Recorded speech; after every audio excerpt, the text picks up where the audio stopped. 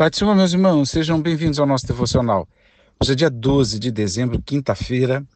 Vamos ler aqui 1 Coríntios 2, verso 1. Eu mesmo, irmãos, quando me dirigi até vós, não o fui apenas com um discurso eloquente, nem ostentando sabedoria para vos anunciar o testemunho de Deus. Isso aqui é o apóstolo Paulo falando aos coríntios e ensinando o lugar da pregação, que é no poder do Espírito Santo, demonstração de poder e do Espírito, e não na sabedoria humana. Porque o apóstolo Paulo até poderia discursar e de forma eloquente a partir dos princípios da sabedoria humana no que diz respeito à filosofia da época da qual ele tinha formação. Ele poderia ter toda a empáfia ou a linguagem a mais erudita possível no que diz respeito aos hebreus, no que diz respeito ao judaísmo, porque ele também tinha essa formação. Um homem poliglota, um homem com uma cosmovisão impressionante, conhecendo muitas culturas, um homem muito capacitado. Mas ele deixa claro nesse capítulo, obviamente, também que muitas vezes ele está defendendo o seu apostolado e tudo mais, mas não importando esse detalhe, o que ele está dizendo e o que ele reafirma aqui no contexto. A minha mensagem, verso 4, e a minha proclamação não se formaram de palavras persuasivas de conhecimento, mas constituíram em demonstração do poder e do Espírito. Quando eu ouço o apóstolo Paulo falar essas coisas, ele está falando da simplicidade do Evangelho. Então o Evangelho é simples. Primeiro sentido que me vem à mente, simples, entre aspas, quimicamente, ou seja, não cabe misturas. A gente já falou por aqui, obviamente, as palavras de Jesus, quando Jesus disse que o vinho novo não cabe em odre velho, porque vai arrebentar o odre velho. O Evangelho, na sua ebuliência, com o seu jeito de ser, não cabe na tradição judaica, não cabe em nenhum ismo do mundo, não cabe. Ele é o que é e ele tem que estar borbulhante, ou seja, ele tem que se mostrar do jeito que ele é. Não cabe.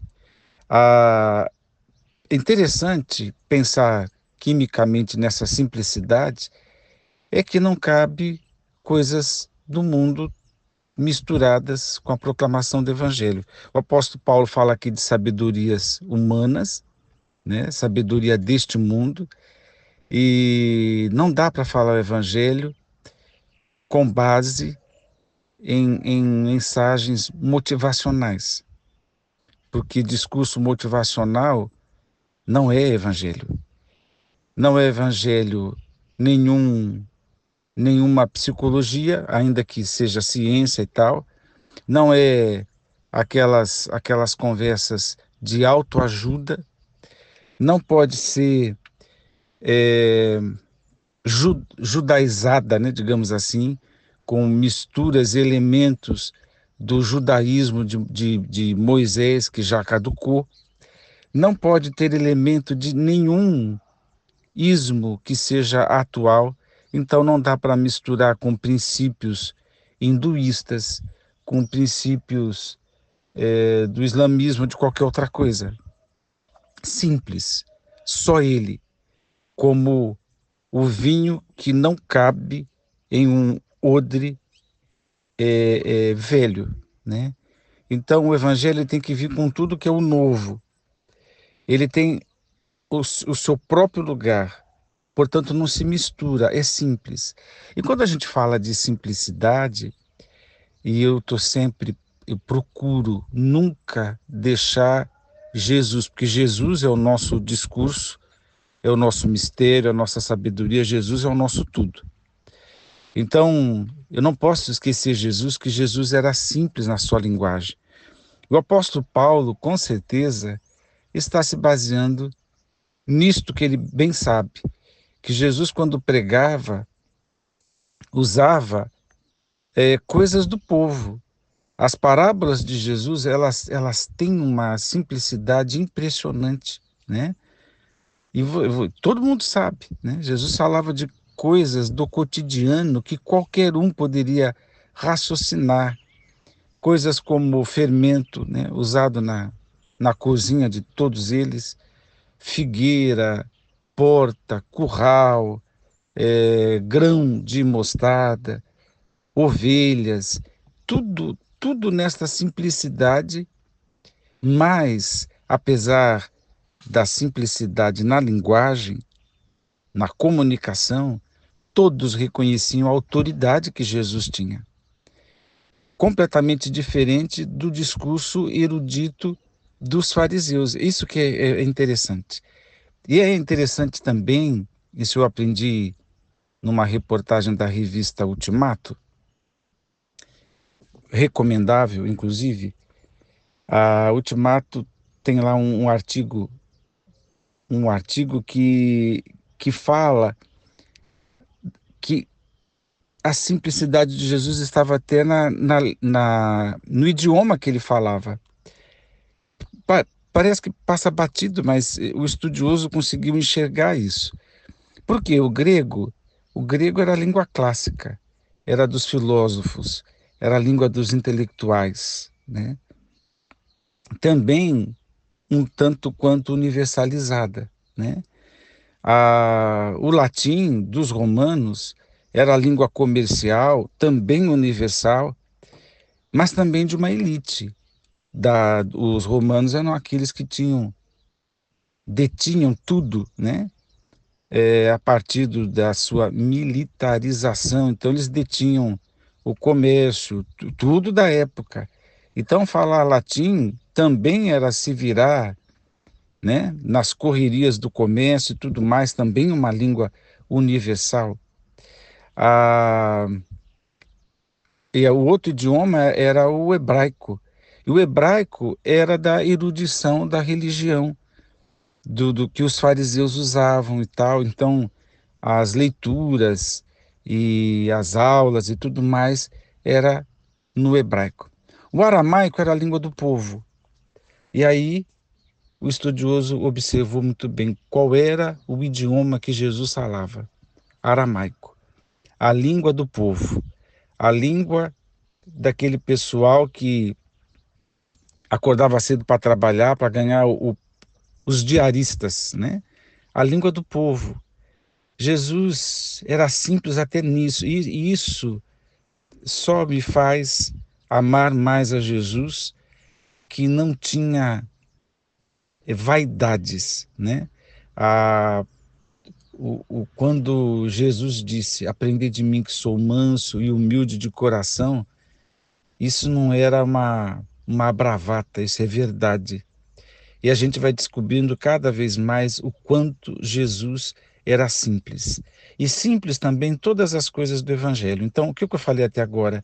Que o Evangelho não pode ter mistura, ele tem que vir somente ele, que o apóstolo Paulo não usou de nenhum recurso dos quais ele poderia usar para ficar na simplicidade do Evangelho, do qual ele chama demonstração de poder e do Espírito, que Jesus deu exemplo até é, é, com a comunicação que tinha, na simplicidade das coisas que falava, as suas parábolas, mas também no idioma que ele escolheu.